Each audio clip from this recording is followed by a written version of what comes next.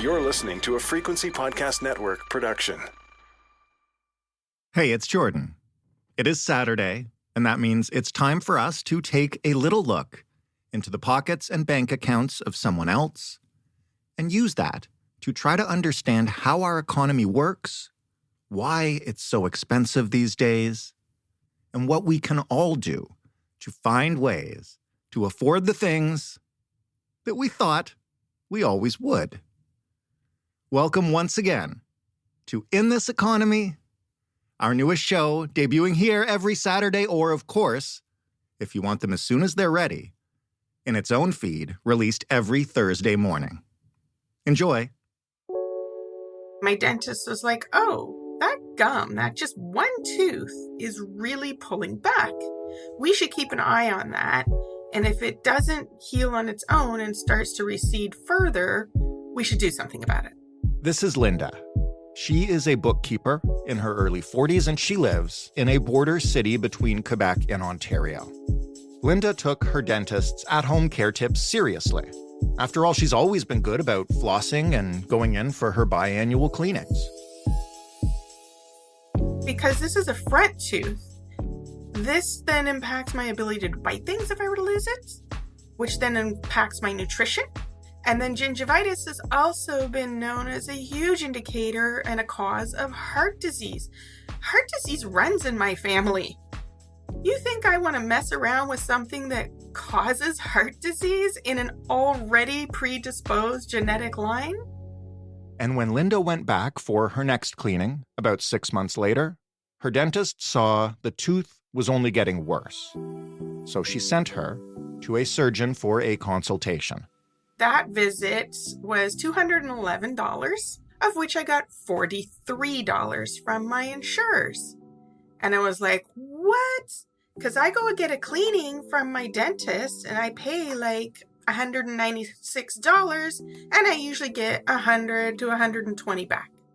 In fairness, unlike cleanings, this visit included getting x-rayed and fitted for a retainer she'd need for the procedure, so Lynda knew the insurance wouldn't cover the whole procedure. Some of that money would have to come out of pocket. But she was shocked to see how much. I went and logged in and saw an absolute horrible mess of the estimate. She had sent in an estimate for $1,585. $1,085 of that is for the procedure itself, and $500 of that is for me to be put under to go to sleep for the whole procedure because I have a tendency to panic over needles. So I was just flabbergasted. Lynda called around to practices in both Quebec and Ontario looking for a better price. But the only places that had a better deal also had a wait time. He's like, oh, it's $991, but you have to stay awake for it. And we can't see you till March. And I was just like, I cannot wait till March. I will lose the tooth if I wait until March. Lynda is committed to keeping all of her front teeth so she can continue to eat in comfort. But the price tag means that Lynda may struggle to get food on the table in the first place. If I want to get put under for this dental surgery, I have to choose not to buy groceries because I'm already living very close to the wire.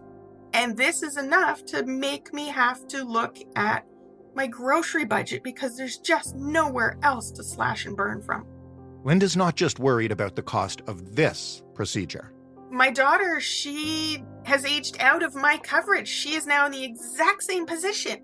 And I'm really hoping that this Canada Dental thing that the politicians are kicking around the House of Commons right now will actually come through to at least get her some cleanings. And so Lynda wants to know, why does my insurer use a list price that is clearly out of touch with reality? I have an insurer, a benefits coverage plan that's supposed to cover 80% of these things. So how do I make up the difference? Do I get a second insurer privately? Do I marry my boyfriend to get on his coverage? How do I make up this loss? Right now, over 1/3 of Canadians just can't afford to see a dentist. And while that means, people are missing out on annual or biannual cleanings, they're also missing out on vital intervention points that down the line could mean the difference between needing a filling or needing major oral surgery. And while people like Lynda are struggling to afford what their insurance increasingly won't cover, up to 500,000 Canadians are without dental insurance altogether. Now, thankfully, there is some help coming. The federal government recently announced that their Canadian Dental Care Plan will begin providing coverage this year to those without private insurance and who have a household income of less than $90,000. Now that's great, but it won't be until much later this year, if in 2024 at all, that adults like Lynda, ages 18 to 64, will be eligible. So in the meantime, Lynda and thousands upon thousands of Canadians would like to know, how can you afford to keep smiling in this economy? I'm Jordan Heath Rawlings, and you are listening to In This Economy, where we help you understand the systems that create our money problems. That's everything from grocery bills and credit card debt to buying a car, having a baby, and yeah, keeping your teeth from falling out. In each episode, I will talk to a person like Lynda, who's facing a financial challenge, and then to an expert who knows that area of the economy well enough to zoom out and not only explain how it got this way, but zoom back in and offer, if not perfect solutions, then things to work towards, options that can help, even in this economy. Many Canadians are struggling to make it to a dentist regularly, let alone afford an unexpected procedure like Lynda's. But Dr. Carlos Quiñonez, Vice Dean and Director of the Schulich School of Dentistry at Western University, doesn't actually think you should worry so much about missing some of those annual cleanings. I've never had a cavity. I don't have any major gum disease at all. Do I need to go every 6 months? No. How frequently I need to go, that's where the science is still not clear. How often do you hear these kind of stories from people who are on pretty fixed incomes? So when I was in clinical practice, I used to hear this story a lot, specifically because most of my clinical practice occurred in public dental clinics.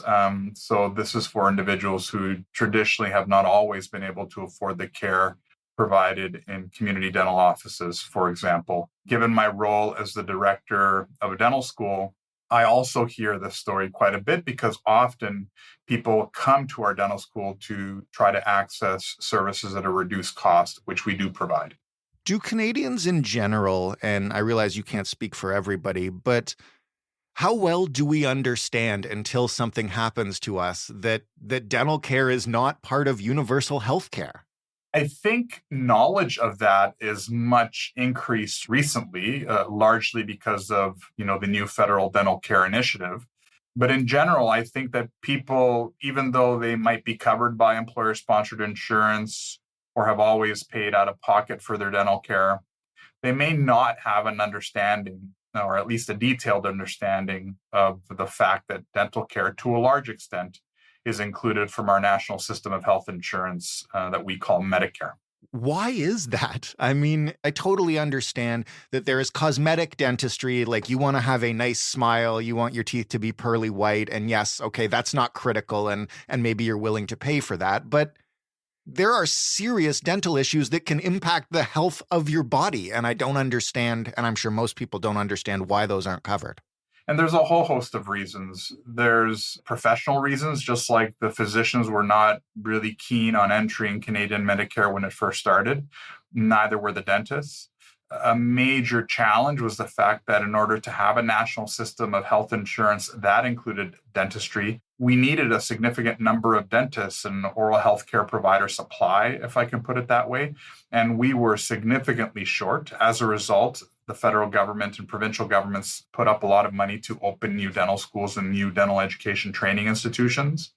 I think also because of the introduction of things like fluoridation, whether it be community water fluoridation or the provision of topical fluorides in dental offices, and people's improvements in their oral hygiene habits in the mid-1900s per se, people's oral health was significantly improving. So if you were a health planner throughout the 50s and 60s, thinking about putting dentistry into Medicare, while it made sense, in some ways you were thinking, well, do we really need to do this given the other major health issues of the time?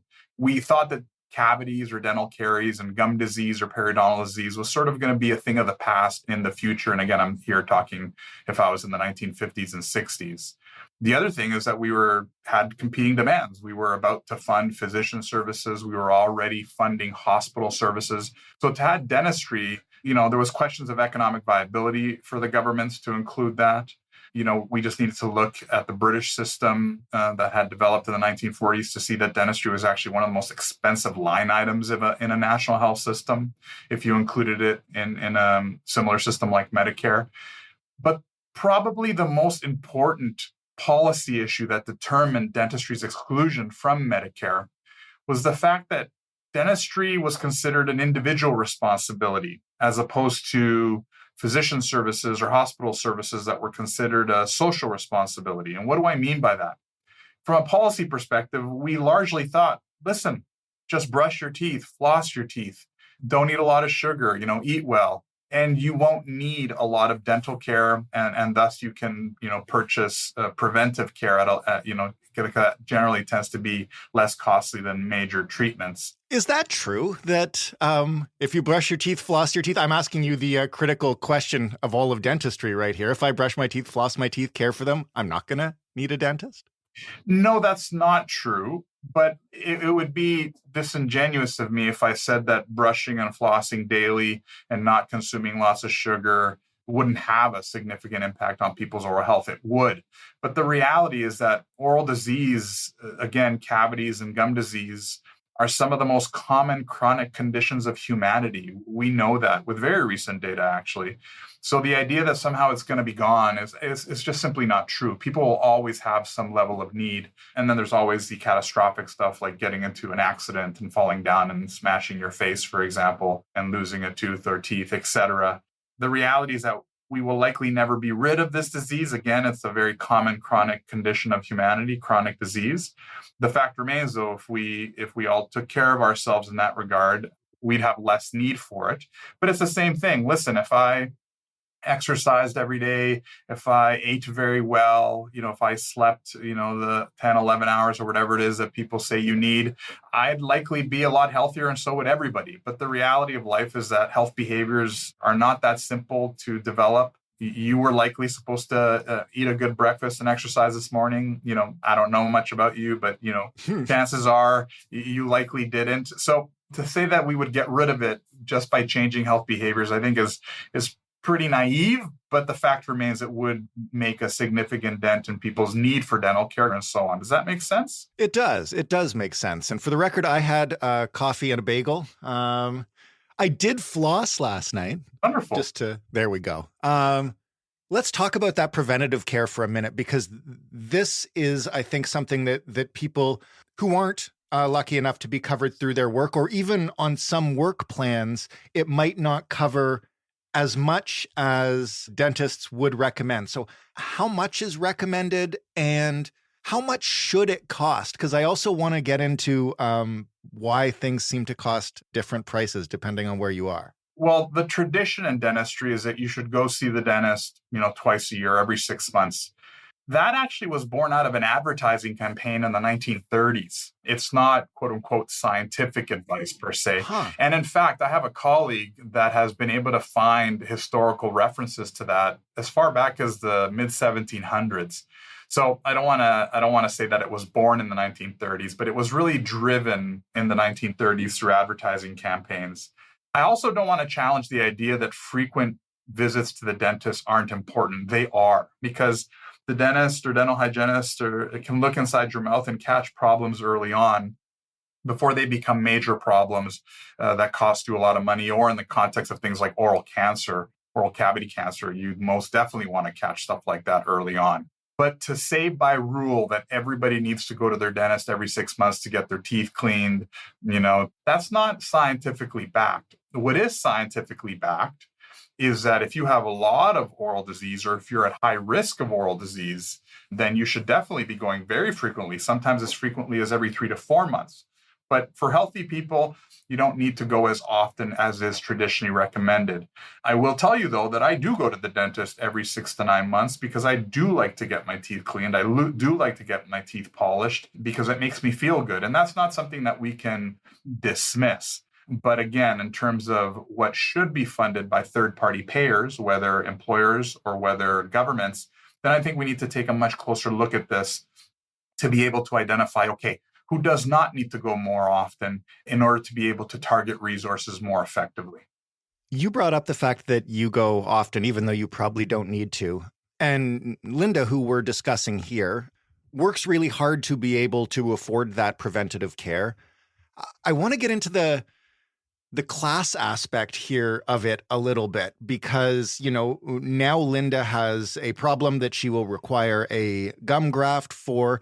If she can't afford that gum graft, she's at risk of damaging her front teeth. And it can seem to me, and I'm sure a lot of other people, like a spiral that you can get into where you can't afford the preventative care. So you get a problem, you can't really afford to fix that. And then your teeth start looking worse, and there is a lot of social stigma attached to having visibly bad teeth, and just like the class and social aspect of being able to afford good dental care. So I think you bring up an incredibly important thing that we often don't talk about.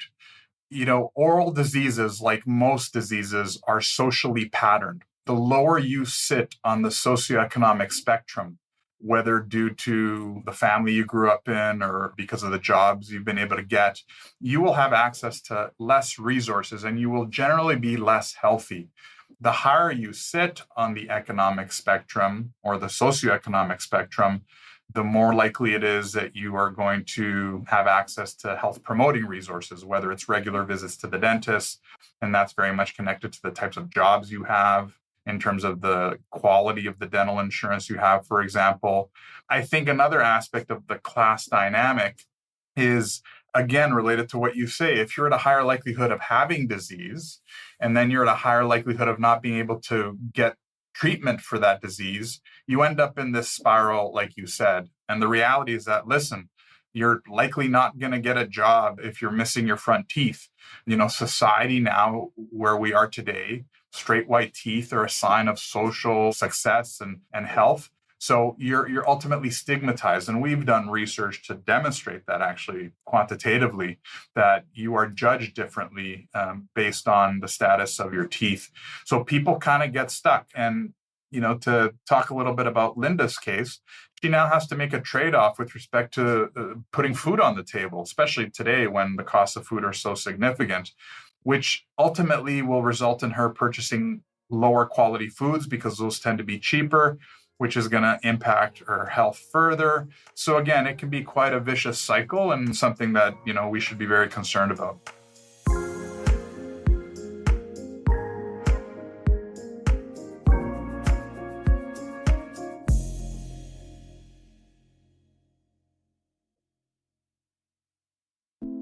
Let's talk about how things are and aren't covered in dentistry. And particularly, Lynda's situation is a good one to use as an example. I'm sure there are tons of listeners right now who have been to the dentist for a procedure and been told, well, that much of it is covered, but the rest isn't, or this isn't covered because it's considered cosmetic. So Lynda, for instance, told us that, her insurer gave her a quote for the procedure that was hundreds of dollars less than the actual price the dentists in her area were asking her to pay. How and why does this discrepancy happen, and how common is that? It's very common in the sense that benefits carriers, or another term for that is insurance companies, they're actually, in one sense, largely they pay the bill. They're not funding the care. The care is funded in Canada largely through employers, right? So if you have a job that provides you dental benefits, that's how this dental care is funded. And it's very common for insurers to pay to the previous years or the previous several years suggested fee guides by provincial dental associations. So insurers generally aren't going to pay the full fare regardless. With respect to the discrepancy that Lynda is experiencing, which is not uncommon, here we're talking about the quality of dental insurance, meaning the types of insurance that your employer can offer you. The lower the quality job, the less the quality of the insurance generally. That's not always the case, but generally.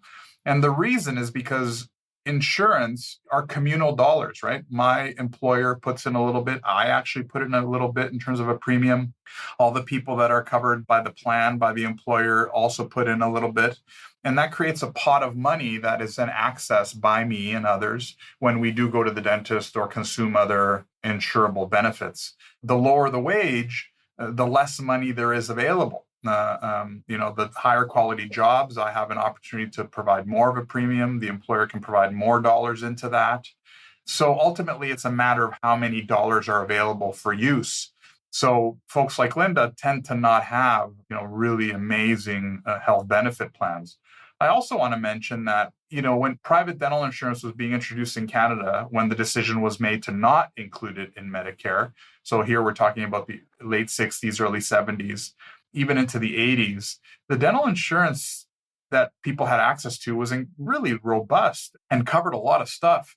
But over time, due to globalization, employer costs going up year over year, employers have had to find ways to save monies, and part of that is to reduce the types of insurance offerings available to employees. And that's just the nature of the beast. We're talking about scarcity in funds. So Lynda's plan simply just does not pay as much as what dentists are charging.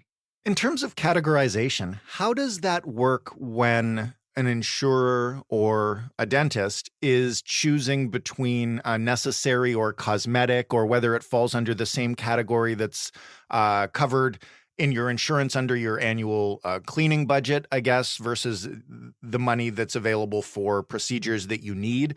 Who makes that determination? Is that the insurance company or the dentists themselves or the dental association that classifies procedures as one or the other?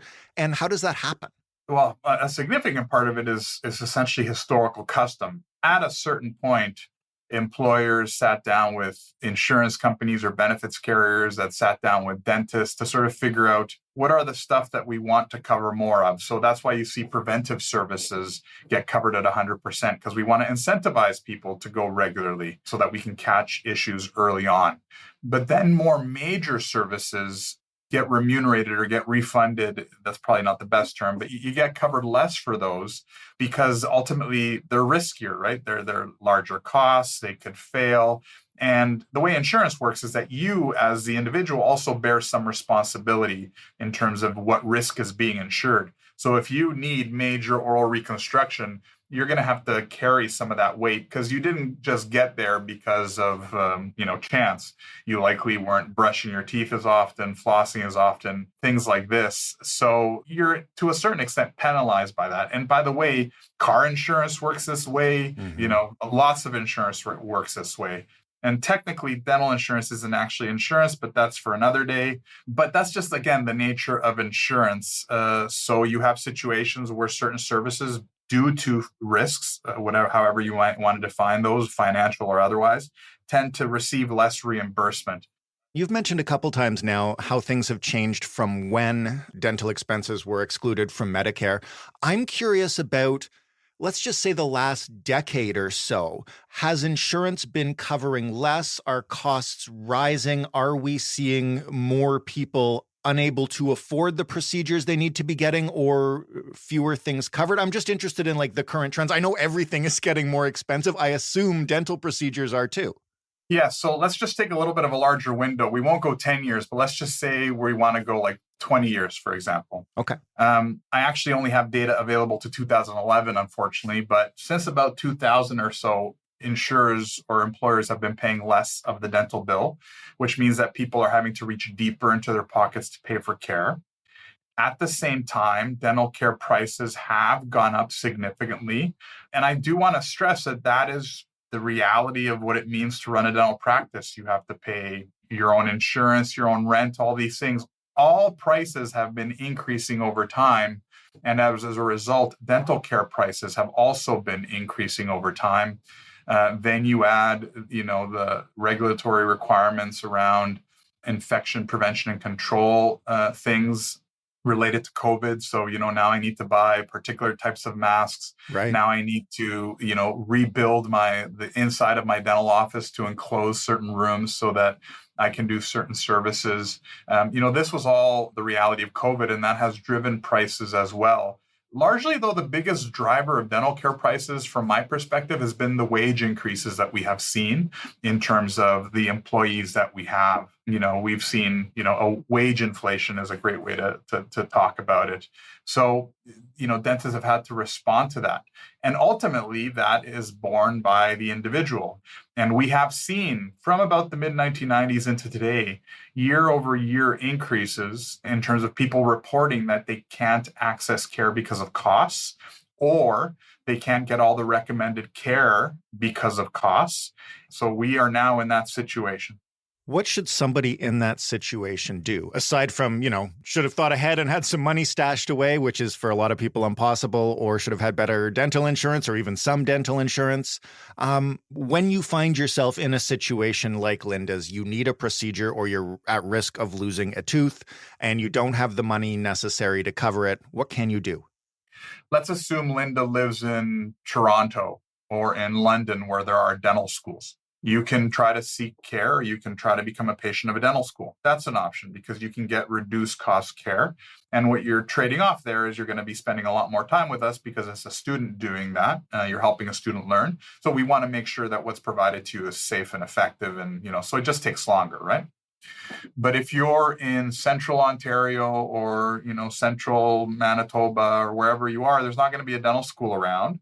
So you may have access to a public dental clinic, but they're probably not going to provide you that gum graft or that quote unquote more sophisticated care, simply because they're really meant to provide you basic care. But those public clinics supported by governments and by non-governmental organizations are few and far between. If you are lucky, you have a relationship with the dentist, so the dentist might try to work out a payment plan for you or even provide some care for you pro bono. Dentists do a lot of that. But the reality is that, you're going to be stuck, unfortunately. And this is why over the last 20 years has been this big policy push, not just in Canada, but also in the US and Australia, internationally, actually, to try to figure out how do we best deal with dental care within broader health policy so that we can push it more into the context of universal health coverage so that people like Lynda don't have to make the hard choices that they are making, and that essentially we can help them given the potential impacts, ability to get a job if you don't have front teeth or ability to get a better job, but even things like daily functioning. If you have a chronic tooth pain, an abscess, which can become quite acute and brutally painful, you are just not going to function effectively. Mm. So we really want to, shore this up to try and close the gaps. I'll ask you about how we do that in a moment. But first, in terms of closing some gaps, there is one federal program introduced recently, the federal dental benefit. It might not help Lynda in this particular case, but for those who are unaware of it or don't know what it's about or who qualifies, could you maybe give us an overview of that and your thoughts on it? If it goes far enough, what could be done with it? So just for background, the creation of this federal dental benefit was really born out of the agreement between the federal NDP party and the federal Liberals, which are in power. And the minority government made a deal to, secure NDP support. And part of that was the creation of a national dental care plan. And the first part of that plan was something called the Canada Dental Benefit. And it targeted children. So if you were below a certain income threshold, $90,000, your children could get access to dental care, and the government would essentially just, you'd have to self-declare that you needed this and you had to provide your income, which I think is tested by the Canada Revenue Agency. But ultimately, you were given a certain amount of dollars to be able to go get dental care for your kids. So it was what we call a direct cash transfer, right? You got the money in your bank account and you can go get it and get the care you needed at the dentist. There was concerns about it not being enough money, but from my perspective, something is better than nothing. We can't let perfection be the enemy of the good. So I thought a really, really good step forward. But that was it's a phased approach. That was the first approach. Coming up, we expect the Canadian Dental Care Plan, or the CDCP. the benefit will cease to exist. But now you will function in an environment where if you make less than $90,000, you will have access to a public dental care plan, similar to many other federal and provincial plans where you go to the dentist, you present your card, your coverage, and the dentist bills the plan directly for a set of services that the federal government is going to cover. What do I think about it? I think it's an incredibly important step nationally for Canada. I think it positions us well internationally in terms of what people are wanting to do with dentistry more broadly, because it's an understanding that we need to do more for people like Lynda in terms of helping them meet their needs so they don't have the negative outcomes of a missing front tooth, of chronic infections, and so on.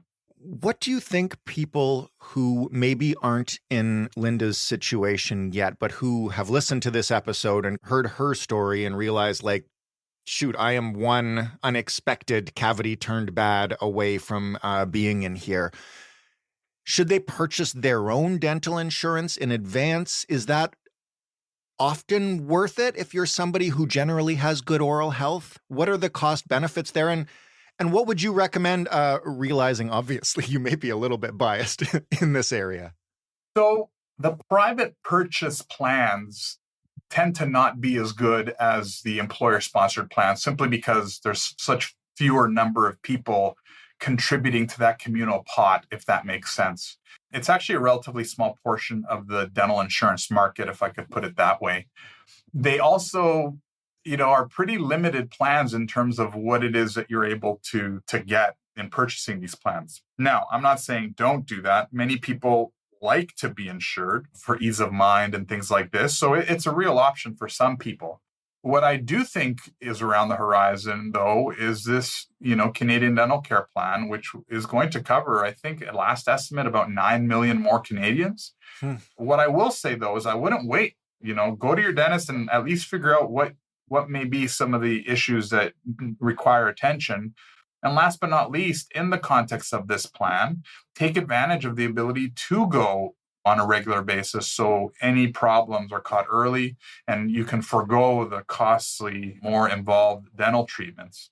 So, and then there's also the reality that you're going to probably have to save some money as well. We always have to save for a rainy day. Some people are lucky that they can do that, others not as lucky. And in that regard, I'm glad that we have these federal and provincial programs that step in. I personally believe we need to do more as a society. That's where my bias is. But I think we're definitely headed in the right direction.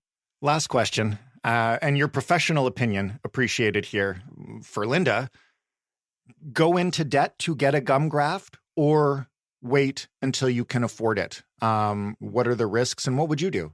Well, that's actually, I can't provide you a professional opinion on that. Right. The professional opinion would be about the technical aspects of the care per se. And even then I couldn't do that. In general, knowing the type of problem we're dealing with, just in terms of like, I understand because I've had dental problems before, and I'll put it like this, when you're sitting in that chair and the dentist is telling you, well, you need this and you need that, and it's expensive, you can often be like, do I really need this? Am I being upsold? Am I or can I afford to wait? And I guess I'm saying for a gum graft in general, is this something that you can put off? How dangerous is that? Well, it is something you can put off, but ultimately it will result in potentially greater needs for the tooth that exists, greater likelihood that you might lose a tooth, as an example. So what I would advise to Lynda is, go to a dentist, see if you can work with them to figure something out. Payment plans are now common in some parts of Canada in terms of accessing care.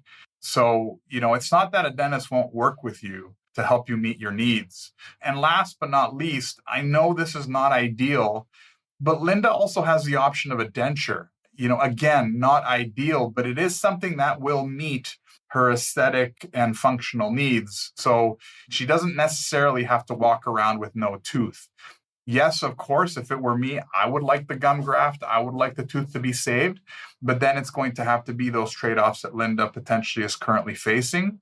That's the nature of our dental care system and how it functions with respect to meeting people's needs. But I wouldn't advise Lynda, just wait it out and see what happens with this new federal dental care plan, because that that could impact her health. So just go get an opinion, see how your dentist can work with you to help you meet your needs. I'm confident that something can be done. Thanks to Dr. Quiñonez for his insights on navigating Canada's dental care system regardless of your income. While we wait for the federal dental benefit to expand its coverage to support more Canadians, if you find yourself in a situation like Lynda, I've been there before, here's what you've got to do. First, look, you've heard this from smarter people than me, but please just floss your teeth. I know preventative dental care doesn't prevent every single dental problem, but brushing a minimum of 2 times per day and flossing at least once per day will make a difference to your overall dental health, especially if you're not attending those annual or biannual cleanings. Second, if you just can't afford to regularly see a dentist, let alone during emergencies, you do have some options. If you're in an area of the country that's got a dentistry school, look into the reduced cost services that they can provide and see if you can get an appointment or at least get on the wait list for one. There may also be a public dental clinic nearby that offers discounted services that you might qualify for. And if neither of these things are options, Dr. Quiñonez says it is possible a dentist may offer their services pro bono, and if you or your family have a dentist you've been going to for a while, it never hurts to ask whether they offer payment plans or would consider giving you a discount on an emergency procedure. And finally, as impossible as it might be in this economy, if you can make room in your budget for a medical emergency fund or just an emergency fund in general, do what you can to avoid Lynda's situation and consider just setting up a small monthly contribution, even if it's just $10 or $20. If you wind up on a payment plan, you may be grateful to have a good start to paying it off. Thanks again to Dr. Carlos Quiñonez for giving us that crash course into how dental care came to be thought of as separate from overall healthcare in Canada, and what we can do to keep our teeth as shiny and intact as possible. And thanks, of course, to Lynda for reaching out and sharing her money problem with us. If you would like to do the same thing and get some advice from an expert, even if it's tough to talk about, we want to hear from you.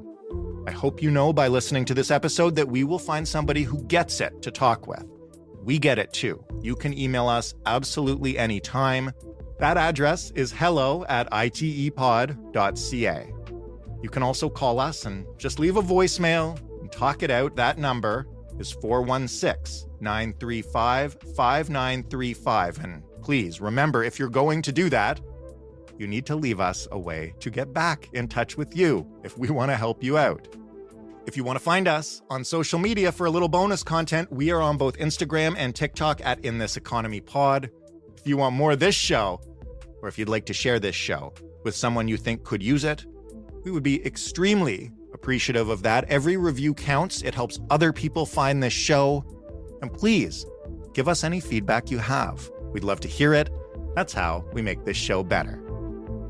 I am your host and executive producer, Jordan Heath Rawlings. This episode was written and produced by Ali Graham. The sound design was done by Robin Edgar.